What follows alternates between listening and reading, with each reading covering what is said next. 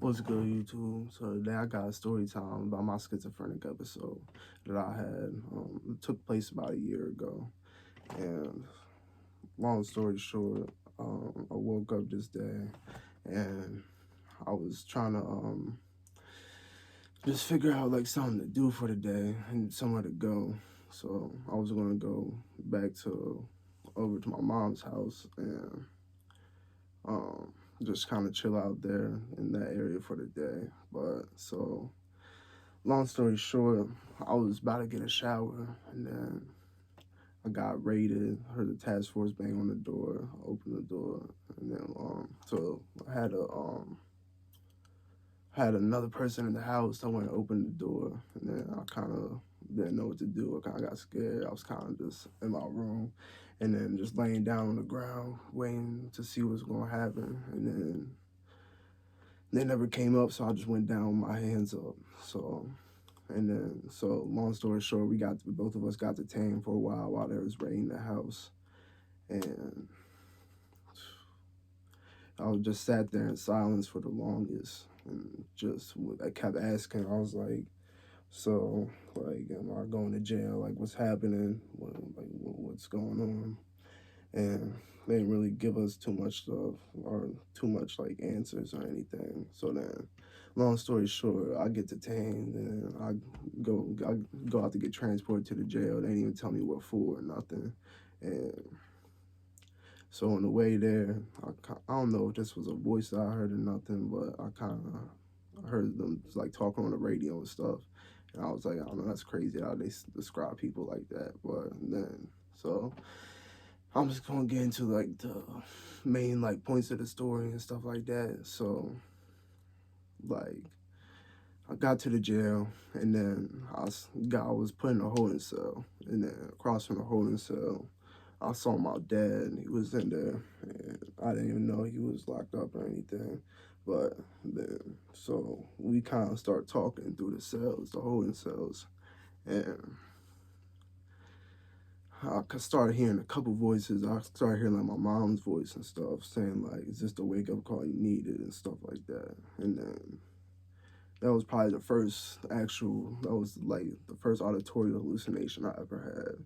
Not ever had. I've had hallucinations and shit before, but this time it's the first time I ever had that. And then so uh, long story short, they put us into the cell, me and my dad into a cell, and then they give us paperwork and stuff, go through the whole process. Um, so then I really wasn't reading my paperwork. I kept hearing a bunch of stuff. And there was like, I kept hearing like the officers and stuff, and like the nurses and stuff. They're like, "Is you ever going to read your paperwork?" and stuff. So I didn't even feel like reading or nothing. But then they made me take a drug test, and then it was kind of like, I don't I tried putting water in it like shit. But anyways, so we so then it's getting, I don't even know how much time's passing. I kind of like, it's hard for me to remember a bunch of stuff about this. A lot of it's like traumatizing and stuff. But so I eventually get to go to take a shower, and the shower knob, it's kind of weird. You gotta turn it to the cold for it to get hot. And so it took me a minute to figure that out at first, but then once I got my shower, I kept getting my shower. And then I finished my shower, and I don't even think I had a towel or nothing. I think I dried off with clothes or some shit. But so I went to the door, um, and I looked out like the little peephole, and this is a big hallucination I had. It was like straight deja vu, like I saw it out of a dream or something. And I saw like this girl like just like watching me like take a shower with one of the officers, and it was just like a weird ass deja vu like thing. Like it just like I already seen like the whole image before, and so that was just kind of weird. So then, long story short, I end up back in the cell with my dad, and then so I'm chilling in the cell, and then it says in the paperwork that it's gonna take me to the scanner and then scan me and stuff. but I didn't even know what they was trying to do. So they took me out the cell with my dad, and then they was transporting me to I guess I was going to like the scanner, and then so I don't know why it seemed like all the lights went off, and then it got really dark, and then like they was trying to take me somewhere, and I was like, nah, I don't want to go. And so then they called on the radio, and then like a bunch of officers came out, and they like all surrounded me, and then I I swear I saw like a big ass blade or big ass syringe or something, and I don't know, bro. That shit just kind of freaked me out. So then they put handcuffs on me like this, in front of my body, and then after that, I just start resisting. Something start acting out, and then so long story short, they start beating the shit out of me like shit. Like it was pretty bad, but they just kept hitting me like in the face and shit, and then they got me on the ground, and I distinctly remember this bald dude, white dude. He started being just like 4 or 5 times right where my private areas is, and that shit. I don't know. I still remember that shit to this day. That shit kind of fucks with me. But so long story short, they beat the shit out of me. Then they put me in a restraint chair, so I'm like this, and then they put the straps on both sides, and they strap my legs down, and then they put me in that, and then I'm freaking out trying to get out of it. I don't even know what's happening. Like, not that I don't really know what's happening like that.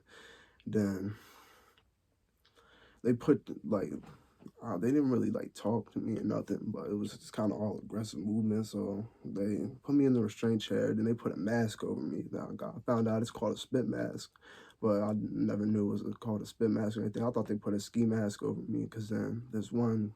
I don't know if this is hallucination or not, but like that's the weird part about schizophrenia. Like you don't even really know what's real or not. But so I'm sitting in the chair and they put this mask over me, and then I hear this girl. I guess I was spitting at him or something. That's what they said. They put the spit mask on for him, but I don't even remember that. But so then she takes a picture of me while I have the mask on, and she says, "This is your intake picture." And I was like, "I don't give a fuck, like whatever." And then so then I'm in the spit mask and I have my dreads. They're like in my face because they were, I don't think I had a hair tie or nothing. They were down though, like it was in my face. And then I had the mask on top of me and then, like I couldn't breathe. So I was like yelling, I can't breathe and stuff like that. And I was like, just kept trying to get out of like the little restraint chair because I was freaking out. I didn't even know what was going on or nothing. And so I just kept yelling, I can't breathe and shit. And then eventually I passed the hell out. Like I started like nodding out or something. I thought they gave me a shot or something when I saw the syringe or whatever that is or whatever. I think that was just a hallucination, but I thought they gave me a shot or something, and I started nodding out. Like I don't even know if it was because I couldn't breathe or something, but then I finally like just pass out in the spit mask. My head's down like that, and then so then I thought I died or something for real. Like it was crazy. Like I thought I was dying and stuff, and then so then eventually I'm waking back up, and I thought they like brought me back to life or something. And then so I start having all these crazy ass hallucinations, just like seeing shit, and like I don't even know how to explain it, but I kept like looking around. It was in like a glass room, and like I could see like all the I could see like out of it and shit. And so like I kept seeing like people come up and like check on me and shit. And then it's a weird part, bro. But I saw the nurse like shit, and then my dick grew like 3 feet in the air, and then that shit was just weird, but it was kind of weird. Like I thought they brought me back to life, so I don't know. I don't even know what's going on in my brain. And then, yeah. So then, long story short, they put me in like a suicide watch cell. I guess the hole or something. But they put me in that shit.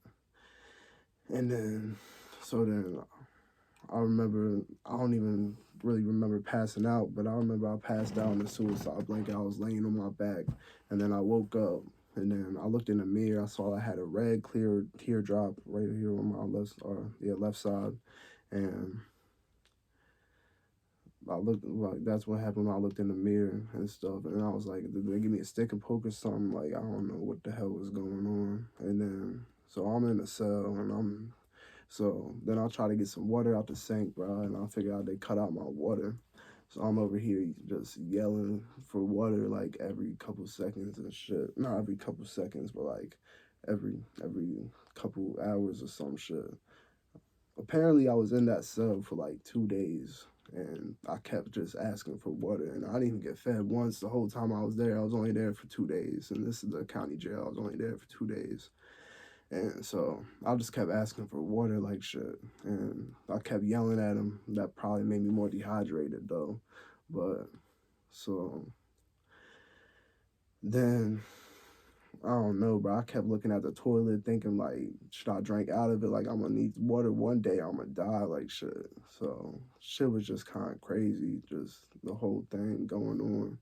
And then so just it was kind of repetitive, just me asking, just keep yelling for water and trying to get water. And there was some other weird shit that happened. I don't really want to talk about. A lot of this shit I don't even like talking about because it's like really traumatizing. All the voices are just weird as shit. But so long story short, I've like they finally come to my door. Actually I forgot about this part. Um so like I went up to go see the judge, and then it was the other person that was in the house when we got raided and my dad, and so I don't even know what was going on. Like it was like an online like meet, I guess, and I could see like the courtroom and everything, and then they was like, well, who wants to go first? And they just pulled me up to go first. And then they read me out my charges and stuff like that. And then they found out I got hit with possession of a minor possession of a firearm. And then, so then they, they pretty much, my lawyer, whatever, just, he talked. And then the judge said I was free to go on bond. And then, I forgot about this part. When I went into the room, they had my bail rights there to sign, and I didn't even want to sign it because I was just scared of like signing like some rights away or some shit. I don't even know. But so, but back to the cell. So I'm in the cell, and they finally get to me, and they bring me some paperwork, and then they like put it through like the little tray slot, and they're like, you gotta sign right here and everything. And I just wanted to get the fuck out. They told me my grandma was outside waiting for me to get me home, and I was just like, whatever, I'm just getting the fuck out of here. So I just signed everything. I signed each individually thing different, bro. Every little page I signed, it was different. And then they transported me out the jail. There was like 10 of them following me. I guess I don't even know. They was like trying to intimidate me or something. But then they put me into this room, like to go out of the jail. And this dude, I think he said for me to go right and then go up the steps, some shit. But then they put me into this room, and then I thought they like trapped me in the room because they put me in, like they were all following me, and then they told me to go into the room, so I go in there, and then they closed the door, and then I thought they was going to trap me or something, and then they told me to go up there and stuff, and then I tried like opening the door, but it's all controlled, it's all through like the control center. They got press the buttons and stuff to let them go, so they had to so they just they opened up the door finally after like 30 seconds, and then then I saw my grandma, and then her husband was sitting there waiting for me. That's why I got out of jail. And there's a bunch of shit that I don't even really remember from it, but that's what happened. And then yeah, then we on the way home, but that's for another day and everything. But yeah, stay tuned for part two, bro. It gets kind of crazier, but Yeah, that's it for today.